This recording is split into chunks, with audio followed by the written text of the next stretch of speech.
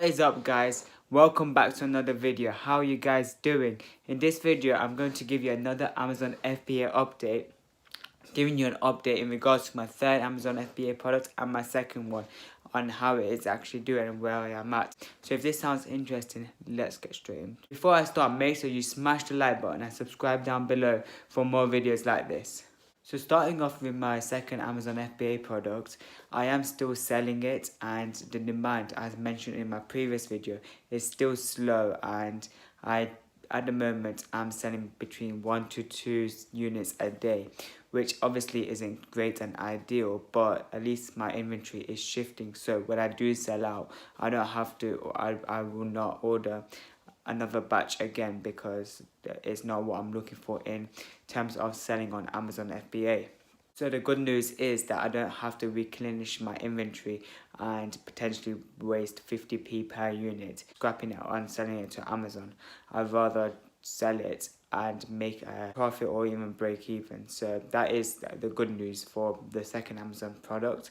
I've got about 100 units left or so, around that. So hopefully I should be able to sell out in the next month or two. To my third Amazon FBA product, it has all arrived to the Amazon warehouse, and I've started to actually sell on the Amazon website for the UK market, which is great, as I've optimized my Amazon listing in terms of the features, description and the keywords, backend keywords, using Helium 10 Cerebro tool. I have actually done a video in regards to the Helium 10 Cerebro tool on the things that you can actually do in terms of the listing and finding certain keywords that your competition is using. If you're interested in that, I'll link down the video below for that. My current stage for my third Amazon FBA product is I'm waiting on the professional photos from my photographer, which I have sent him the details, which he should get done in the next couple of days. In terms of how many photos I've got done, is I've got 7 photos done, because that's the maximum photos you're allowed to upload on Amazon, and it will allow you to gain the best opportunity and chance to generate more sales. You can target and include photos that will actually increase the sales rate. For example, one of them being having a model using your products, another photo being a picture of the bundling product itself, so the customers can see that they are going to get this bundling product and all the features that it contains with it. I've also done, so when my products did arrive on the Amazon warehouse, I ordered a product of mine to my house just to see what it's like and if everything is included properly. Although I did order a sample, this is the final product that I've not actually seen, such as the new packaging design. So I thought, let me send myself one, which I did. However, I've came across a problem. The problem was that the packaging, the design that I got my designer to do and send it to my supplier to print out and use that instead of their basic design of the product. It turns out that they printed it out with low quality, and the photo is quite blurry, the main cover picture, which obviously isn't ideal, and it was quite frustrating to see that, considering that I did send a high quality picture to my supplier to obviously print out for the main picture, which they failed to actually do that. And the most importantly, they failed to inform me that it's low quality and quite blurry, so they printed 200 units with that quality. If they told me previously that it's a bit blurry and low quality, I could have told my designer to send a higher quality picture that would defeat that problem.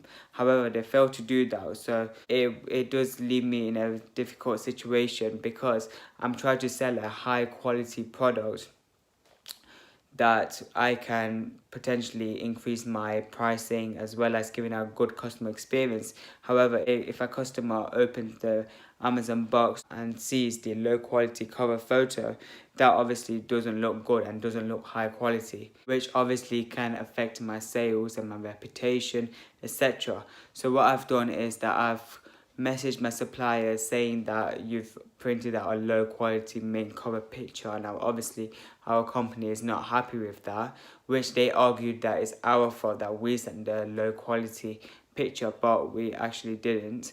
And my argument was that if you did send a low quality picture, you could have mentioned it to us and we could have got our design to send you over a higher quality so that problem doesn't arise. Which they finally did agree that it was their mistake and did apologize for it, but obviously apology won't be enough to actually cover the expenses that I could face in terms of losing out on sales. So which I asked them I would want a partial refund. They said they are happy to give me a partial refund but a maximum of $30 US, which obviously, as you can imagine, that is not enough to cover the cost and potential loss of sales for $30 US. But so I did give a counter offer saying that I'll be happy to accept about $100 to $150 for the loss. However, they weren't taking that and they said that's way too much, and I did try to actually get that, but they just weren't having it. So in which they gave a counter offer of $40 US, which obviously wasn't enough, and then we both agreed on $50 because I knew that they weren't budging and weren't going to give me anything more. So they did agree to give me a $50 partial refund, which obviously isn't as much, and it won't solve the problem, but it's still something. But that is a lesson learning for myself and hopefully for you guys. Make sure you get a sample, and make sure you get a sample of everything, not just the product itself, the whole packaging if you are customizing it, the bundling products as well, because I also came across a problem with the bundling products. So my bundling products, the thickness you could choose. So I thought the thickness and the width.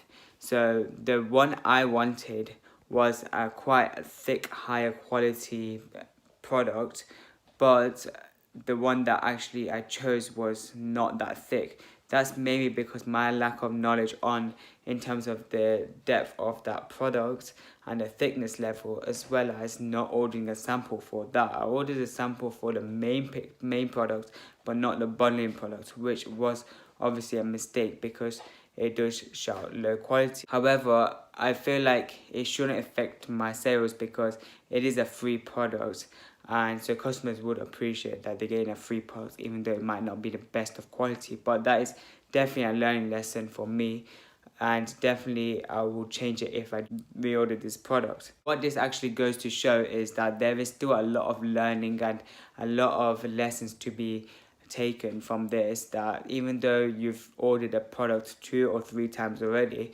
there will be something new that you have something to learn about, and something does always go wrong, and which is obviously your responsibility to take care of that the best way you can, and make sure you try eliminating these problems. So next time I do reorder or order stock, I'll make sure I don't make the same mistake. And finally, once all my professional photos are done, I am going to launch my products, so meaning getting more reviews and putting the PPC out to shoot myself up the rankings to page 1.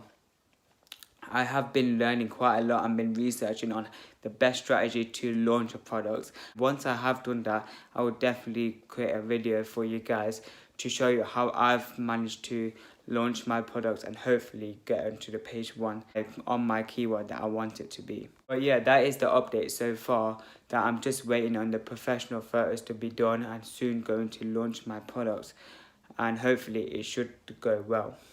But that is for the video. I hope you did enjoy it and I hope you have learned something from this video. If you did, make sure you smash the like button and subscribe down below.